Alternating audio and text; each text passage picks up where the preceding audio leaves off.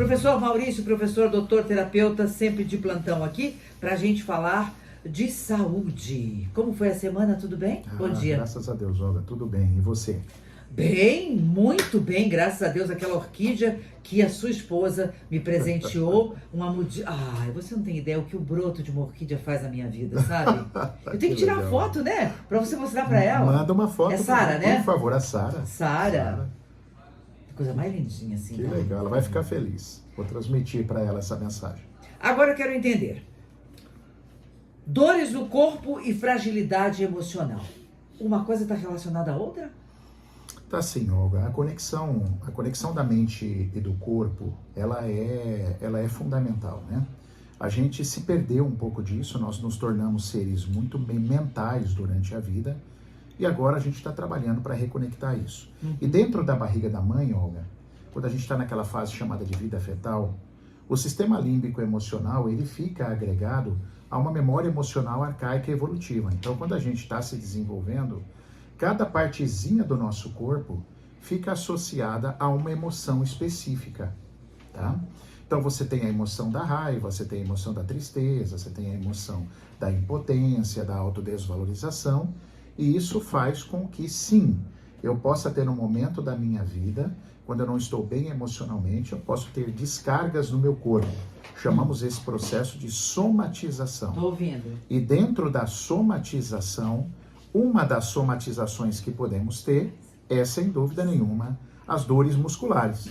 As dores no corpo, as dores articulares. Isso pode sim ser processos de somatização, tá? Ou seja, olha a importância da nossa fase de vida fetal, tá? Para o desenvolvimento, é uma coisa que acontece com todos, só que quando a gente se torna adulto, Olga, a gente não sabe disso e não se lembra. Então a gente acha que tudo tem uma explicação. Então eu tenho uma rinite, é só o pó. Eu tenho uma dor de estômago, é só a batata frita. A gente se perdeu um pouco nisso, a gente parou de entender o quanto o aspecto do sistema límbico influencia na gente. Caramba, isso é muito sério. Muito. É muito sério, porque aí eu fico assim, aquela mãe, eu já ouvi isso, você já ouviu, você, meu ouvinte, já deve ter ouvido. A pessoa engravidou. E ela sai de lá com um exame positivo e falou, que droga! Não poderia ter engravidado agora. Não queria esse filho agora. Ou não quero esse filho agora. Atrapalhou a minha vida. O meu projeto profissional, enfim, uma série de questões negativas. Peraí, o que vai dar isso? Tem um autor que estudou muito isso, ele se chama Wilhelm Reich. Ele era austríaco, né? Influenciou muito Freud, aquela época do Jung e tal. Só que assim, o Reich fala que nesse momento, uma mãe que sentiu isso, o útero endurece um pouco. Nossa. E quando ele endurece um pouco, diminui um pouco a vascularização. Não ao ponto, claro, de causar um dano permanente no feto, mas diminui. Sabe como que a criança enxerga isso? Como um processo de rejeição. Então o Wilhelm Reich já nos contava que dentro do útero é onde todos nós, os seres, sentem a primeira rejeição pode acontecer. E não só, Olga, porque no seu caso que você citou, a mãe, ela não quis o filho, ela do jeito que você contou.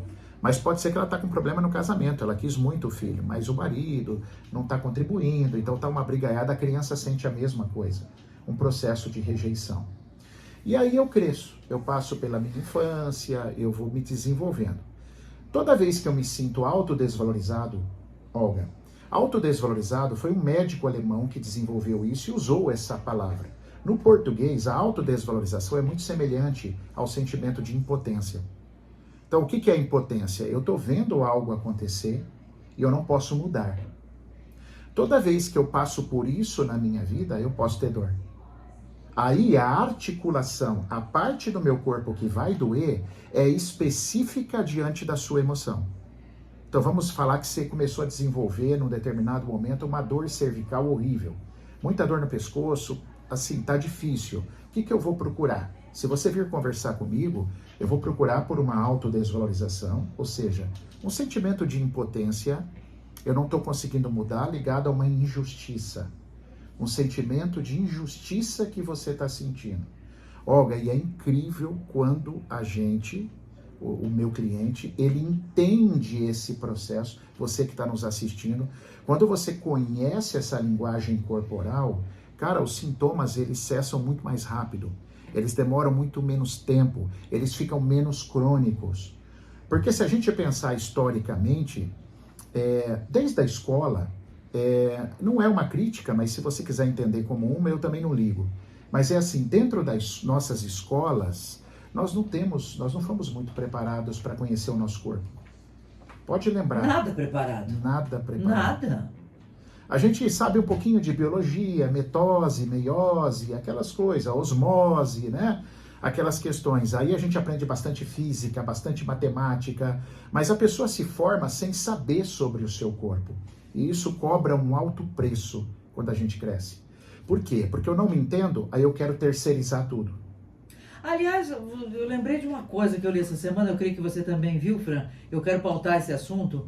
Nós temos uma média, é assustador, eu considero assustador. 500 amputações de pênis por ano no Brasil. Caramba! E sabe o que é isso também? É por conta de não se olhar, não se enxergar, não se conhecer. Não se conhecer. Se a gente for fazer isso com mulheres, sua genitália, se ela conhece a sua genitália, se ela sabe se ali tem algum problema ou não, é a mesma coisa. Nós não nos olhamos. Começa por aí. Quantas vezes que uma mulher descobre um tumor na mama, porque naquele dia ela resolveu se olhar no espelho, ela resolveu se apalpar pra... Não, peraí, câncer de mama, então, quantas mulheres? Nós temos relatos, né, fantásticos, graças a Deus, que foi lá, descobriu e tá viva, né, que o câncer é altamente curável. Então, quando você fala disso, que a gente não conhece o corpo, mas a gente não conhece mesmo, criatura. A gente nem se olha no espelho, que é uma coisa que a gente deveria se olhar, porque a gente pode ter manchas no corpo, pedir pro parceiro, pra parceira, dá uma olhada nas minhas costas, que vai enxergar melhor.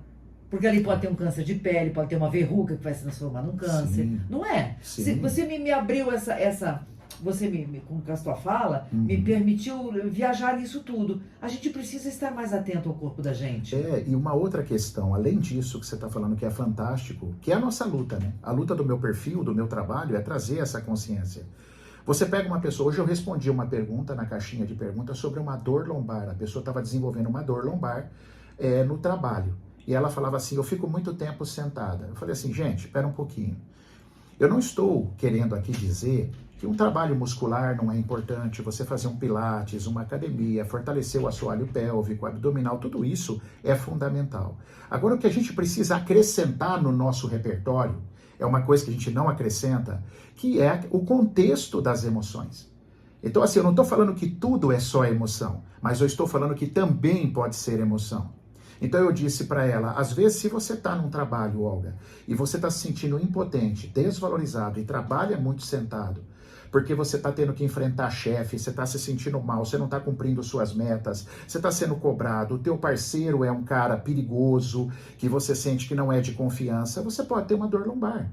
E não tem nada a ver com o fato de você estar sentado. Então assim, o que eu quero propor aqui, o que eu venho propondo há anos já, vamos olhar para isso também, vamos abrir o nosso leque, a nossa mente, porque pode ser, e faz muito sentido, que contextos emocionais também possam governar o seu corpo.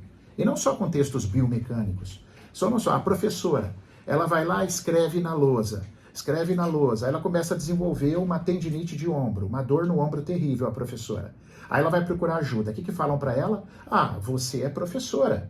Uma vez eu peguei um cliente de banco que o cara tinha uma tenossinovite de punho, chamada síndrome do túnel do carpo, beleza? Perguntei para ele, por que você acha que você tem isso? Olha a resposta dele, Olga, porque eu sou bancário.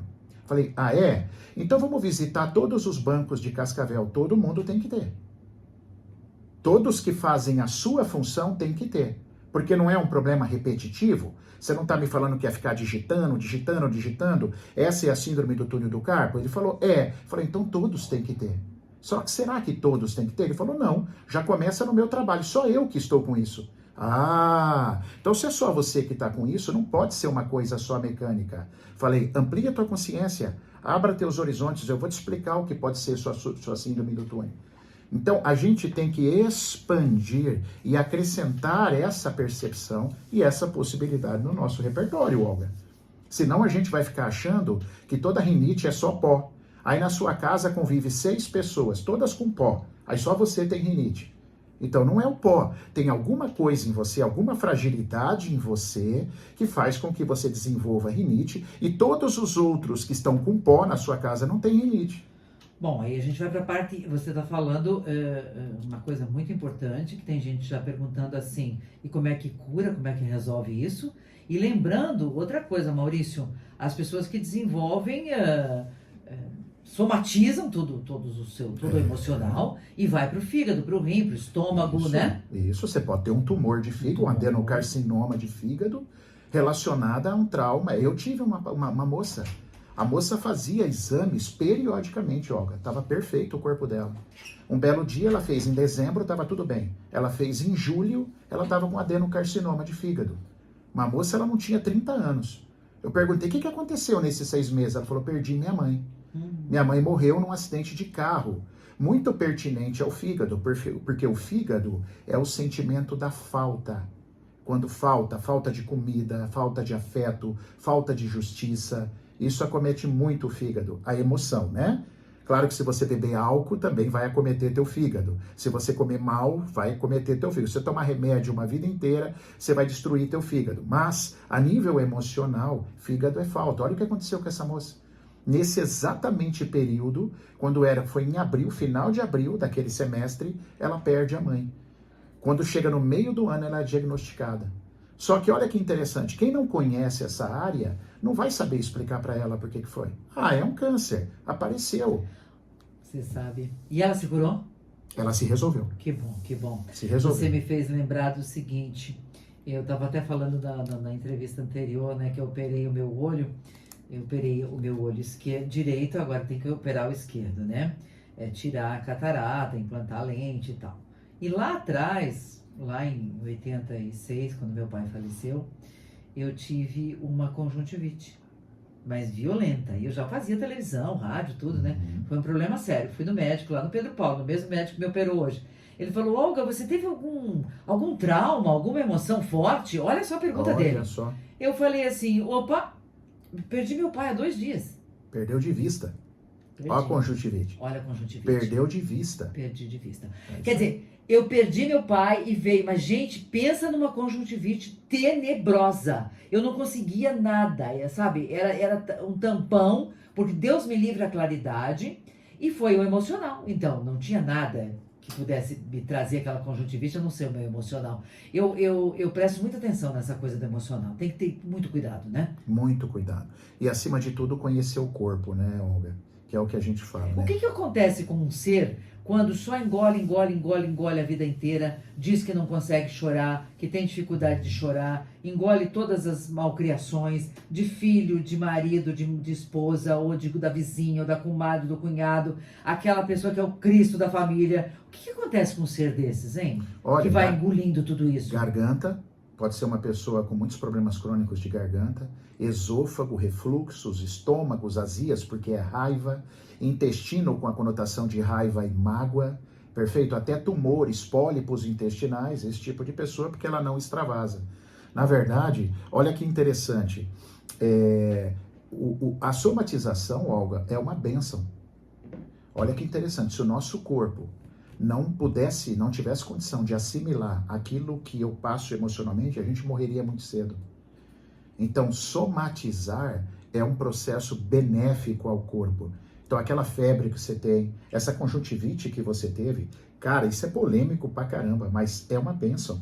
Que bom que você teve sua conjuntivite. A diferença é, quem não sabe nada disso, às vezes vai ficar com isso crônico, vai achar que é doença, vai ficar entrando em remédio toda hora, porque a gente acredita que os remédios sejam necessários, mas tem os momentos. Eu também não vou tomar remédio toda hora, porque não é doce, não é arroz, não é feijão, remédio. Toma quando precisa. Quando precisa. Lógico. Ele tem um efeito colateral. Lógico. Então a gente precisa tomar cuidado. Então conhecer o corpo faria com que você entendesse e sofresse menos.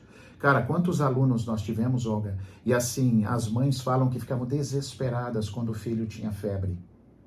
E aí, depois que entende a profundidade de todo o estudo, né?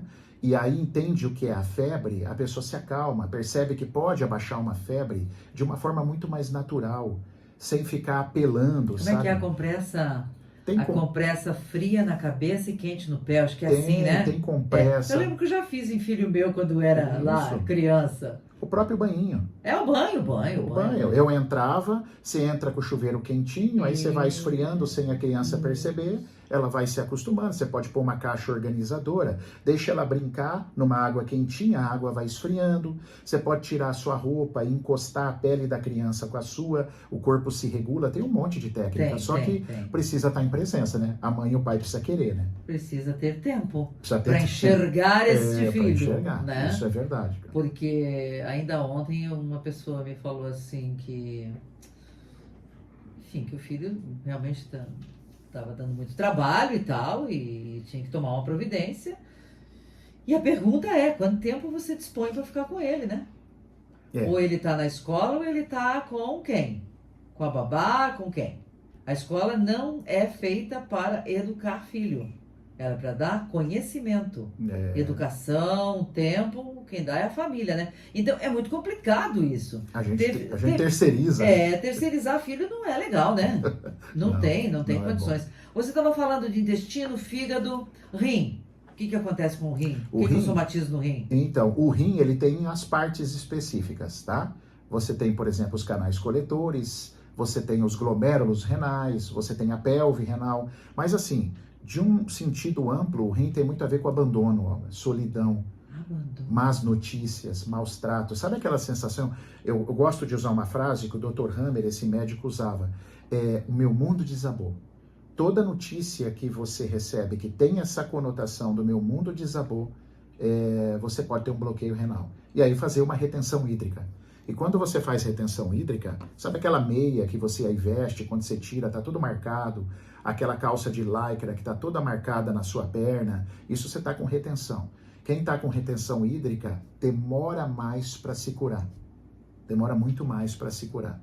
Às vezes os problemas ficam muito crônicos. Aquelas doenças autoimunes, sabe, reumáticas, autoimunes, via de regra você tem problema renal associado.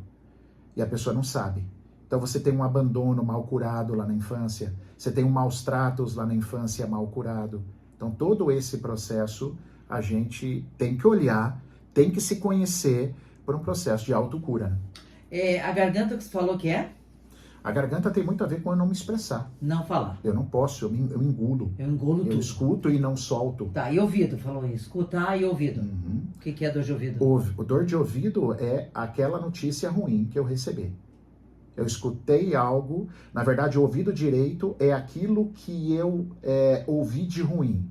O esquerdo eu já ouvi, mas eu não consigo tirar aquilo da minha cabeça. Nossa, já pensou que loucura que é essa garganta e esse ouvido? Pois é. Entre o ouvir e não querer ter ouvido aquilo, vontade de falar e não expressar. Muito comuns em crianças. Criança, né? Onde o ouvido e a garganta têm uma comunicação isso. Através da trompa de Eustáquio, né? Então, as crianças têm muito probleminha de ouvir, às vezes gritos, situações de ficar sozinhas, e aí garganta, às vezes ela chora e não é ouvida, sabe esse tipo de situação? É muito lindo isso, Olga. É um trabalho assim, eu sou suspeito, né? Mas é um trabalho muito lindo quando a gente entende o corpo na plenitude, sabe? E não é desmerecer ninguém, não é tirar o lugar de ninguém. Todo mundo tem o seu lugar, mas é um complemento lindíssimo para a sua vida. Seria muito bacana, não sei quanto tempo eu tenho aí, o Fran me avisa, seria muito bacana as escolas, né? Já pensou? Os professores terem esse conhecimento mais profundo sobre esse assunto, né? Que com certeza muitos têm, né? Mas se aprofundar mais nisso, né? A escola dos meus filhos, eu não vou citar o nome, não sei se eu posso citar, a escola deles, quando eu dava minhas formações, né? Que eu formo pessoas nesse tipo de curso, eu dava bolsas para as professoras da minha escola, para que elas fossem conhecendo esse processo. Conhecer o processo. Ou então vai lá e faz terapia, né, Fran? Vai lá com o professor Maurício. Também é uma opção, sem dúvida. Você faz via vídeo? Faço. Faz via vídeo? A gente trabalha com terapias online e também presencial. Depois, a pandemia, bom, tudo a gente aprende, né? Sim. E a pandemia nos ensinou isso, né? A facilidade que eu tenho hoje de comunicação, de fazer uma reunião online, seja lá você esteja onde for, e conseguir fazer uma bela reunião sem sair de casa, se torna tudo mais rápido, não é? É isso aí. E a gente não fazia nada disso antes. E ó, esse é um lado bom das mídias, né? Olha que fantástico, da gente usar com um belo fim, um propósito à vida, né? Então eu também gosto muito dessa parte, da parte da socialização e da ajuda que hoje a tecnologia pode nos dar. Exatamente. Né? Agora tem a inteligência artificial aí. Ontem um amigo meu de São Paulo falou assim, você grava esse texto, por favor, para mim? Eu falei, claro, gravo. Ele vai me mandar o texto hoje. Eu falei, o que aconteceu? Ele falou, eu vou te mandar o texto que a inteligência artificial gravou para mim. Eu não gostei, ele falou. É um texto belíssimo, mas sabe aquela voz robotizada? Não, porque daqui a pouco tem né, um robô fazendo o programa, né, meu amor? Não vou estar mais aqui, né? Então, não, vai estar. já tem empresas de comunicação, já existe, que Já. não tem jornalistas e quem faz a matéria é a inteligência artificial. Caramba. Escrever livros, escrever textos. Professor querido, bom final de semana. Onde as pessoas te encontram? Me encontram tanto no Instagram quanto no meu YouTube, @MaurícioValenteOficial. Me segue e se inscreve lá no canal do YouTube, viu? Vai ser um prazer. Obrigado, Olga. Beijo. Obrigada por hoje. Bom final de semana. Obrigada para você também.